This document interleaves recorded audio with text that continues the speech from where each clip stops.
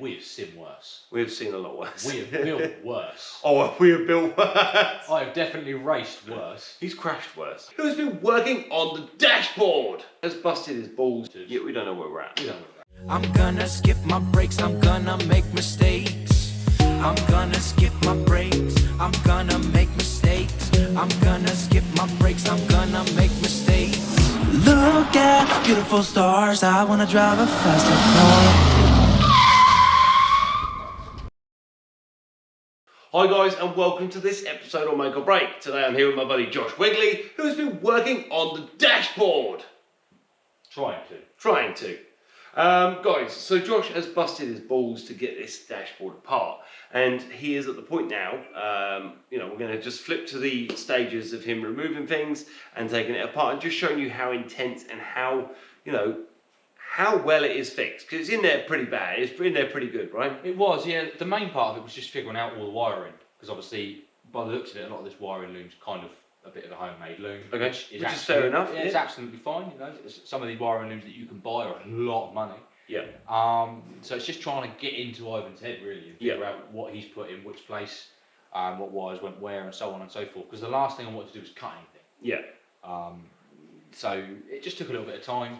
There's a few things that we can do a bit sort of better going back in, and there's a few things that are going to want addressing, a few things that are going to want sort of refreshing, much like that dash top that you just flitted with. It's going to want probably going to want the dash relining, but obviously until we've got the dashboard out and got the column altered and the pedals altered, we don't know where we're at. We don't know where we're at. The problem you have is a lot of your comments below are saying, hey, is Ivan happy with what you're saying?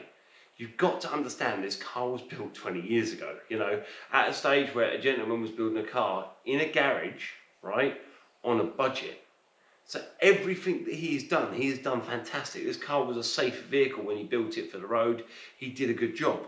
We're in a position now where technology has moved forward and we're going to do things a little bit differently. In my opinion, yes, the steering wheel is cock-eyed to where the seat should be. I kind of want to change that, Josh. I kind of want to make it a drivable car. I'm going to speak for the both of us here. Yeah. We have seen worse. We have seen a lot worse. We have built worse. Oh, we have built worse. I have definitely raced worse. He's crashed worse. Crashing used to be the name of the game, Sam. That's it. Right, if you can pass me my camera, pretty please. A couple of things that I've noticed is this car does contain a lot of this stuff. Foam, styrofoam. And basically that is used to keep the, normally if the engine was here, it would be used to sort of keep the fumes out of the cockpit, right? Yeah. Obviously I don't think they would have done this at Ford, but on the same hand you can see why he's done it, right? We'll obviously make that in with aluminium and make it pretty. Yeah, sound deadening, filling voids that you don't want. It gets rid of wind noise. It keeps a little bit of heat in as well. So it's the same Josh, sort of stuff you find in your house. Talk to me about what you've done here. So, I've seen you've made a few of these panels loose. Guys, this thing here, okay, this is the passenger door loom. And, you look at it and you think, well, what is there in a passenger door loom that we really, really need, okay? But this car was made for an IVA. So it would have electric adjustable mirrors. So on the driver's door, they got these massive, horrible, big Ford Sierra mirrors. But to get it for an IVA, by law, the windows need to be adjustable. The wing mirrors need to be adjustable. So talk to me about what you've done here, Josh. So I pulled these switch panels out mainly for ease of access to be able to see the wiring in a little bit of lighting and just to see how they were wired from the back. As it happens, I didn't need to unplug any of that. Okay. It will stay there. What Ivan did, which I really commend him for, is that he put almost the entirety of the dash loom. Yeah. Almost the entirety of the dash loom was on 3 multi-plugs, which is even labelled, which was really, really handy. So once I'd noticed that, there was a few bits and bobs that were hardwired that I've had to sort of trace through. I can't remember offhand what they were. I think one of them might have been a temperature sensor for the engine. Okay. There was normally oil pressure gauge as well sometimes. The oil pressure gauge I think was hardwired. I think I found a join in it which I managed to sort of normally unclip. a cooling temperature gauge is normally a hardwired cable that runs all the way straight and screws it as one piece normally. You can't normally do... because any join creates interference and creates resistance. They work off like a biometric resistor, right? Yeah. So basically when it heats up it moves and it transmits that movement to the gauge and back. So I don't think there can be any sort of cuts and shuts in the actual wiring unless you're going down the electronic route. Yeah.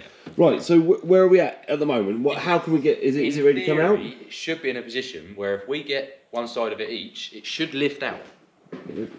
I'm pretty sure all the wiring loom that I can see that was attached to it. What we'll do is we'll lift it and flip it, and then we can show the viewers just what a nice job I've made of the actual loom that's in behind the dash. Wow, So I thought it was really nice. Nice and light, obviously she's fiberglass. So, you know, all that in there, to me, is a homemade loom. Wow. Comes off of these three multi-plugs, which plug onto the ones that you saw in the bulkhead down there. But that is really clean, isn't it? So all of that there is, yeah, all right, fair enough, it's wrapped in insulation tape. That's fine. And there's a few bits and bobs, you know, but everything there worked. One thing I checked when we got the car running is I sat in it for 5 minutes, not just to be a big child, I sat in it for 5 minutes and I couldn't do the lights because obviously you had the front and rear clamps by the time it came here. Yeah, that's fine. Lights is easy to play with. But the lights, even the lights, he's put them on 7 pins, so that you just plug a 7-pin like a trailer cable in. Yeah. And all the lights work front and rear. But I went through and I checked the wipers, the washers, the horn, everything like that. Worked, which is fantastic. It all worked. So all of that wiring loom in there, you know, we can hide. We can make it look pretty. To be honest, we can hide a lot of it anyway. But all of that in there worked. Yeah. So we'll make sure it's all safe. We'll go through all the connectors. Maybe put some proper heat shrink around it. Yeah. Make it look pretty. If we just flip it back over real quick. What I want to do, which isn't really a necessity, but this steering column for me is in the wrong place. It's located wrong. So if you see the steering column centre here, that should realistically be, in a real sense of things, in the middle of where the seat should be. Yeah. So what I would You're talking an inch. It wants to come to me an inch, realistically. So what we're going to do is I'm going to cut this section of the dashboard out, and we're going to do this over a course of videos.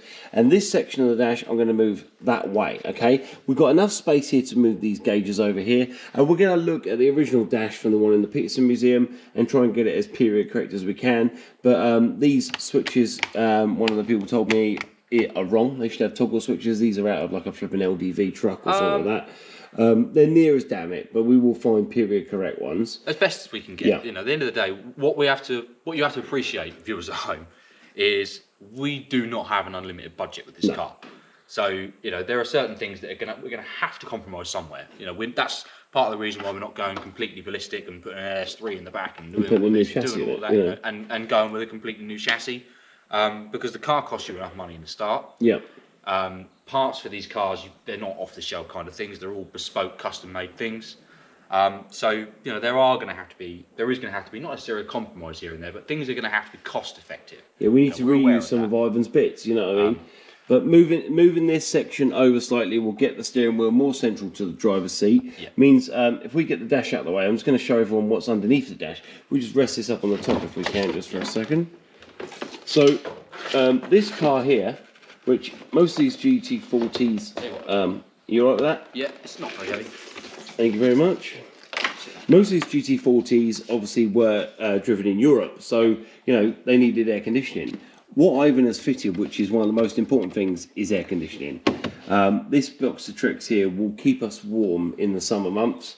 Keep us cold in the summer months, and it's fed by this air conditioning pump, which is behind there. So we're going to get all that stuff polished up. The fuse board there looks in really good condition. It looks well.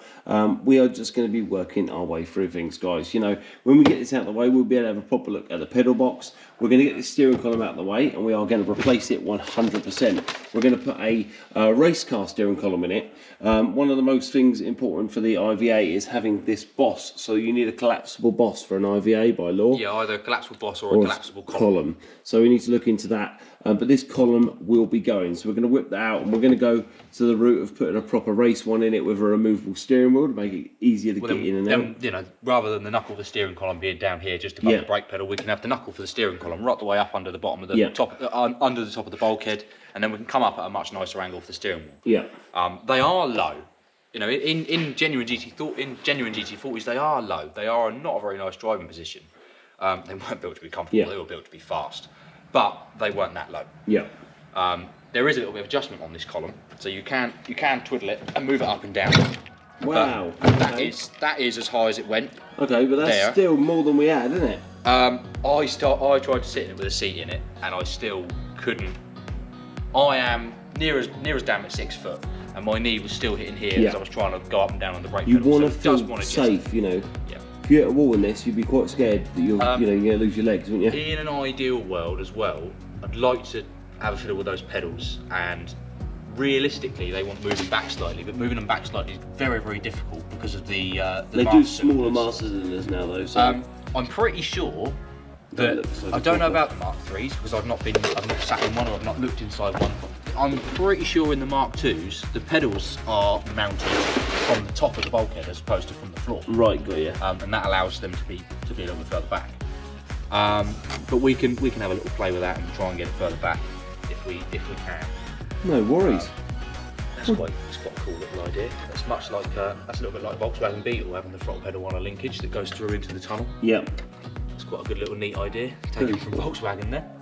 Well, Josh, thanks again for all your hard work, smashing it out of the park as always, getting the dashboard out, getting it a little bit more accessible.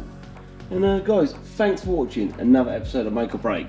You know, we are really digging into this thing now. Like, so far we've shown you a load of episodes on how we can ruin a GT40. But hopefully at one point we'll start throwing it back together and hopefully it'll start looking like more of a car soon. If not, just rewatch all of these videos in reverse. Yes. But guys, thanks again. See you again next week. Keep being awesome. Quick reminder, hit that subscribe button, the like button, and then the bell button, so you get alerts when we release new episodes, and follow us on social media too for extra stuff and more alerts about videos we're releasing, which at the moment is every Sunday and the odd Wednesday too. Bye for now.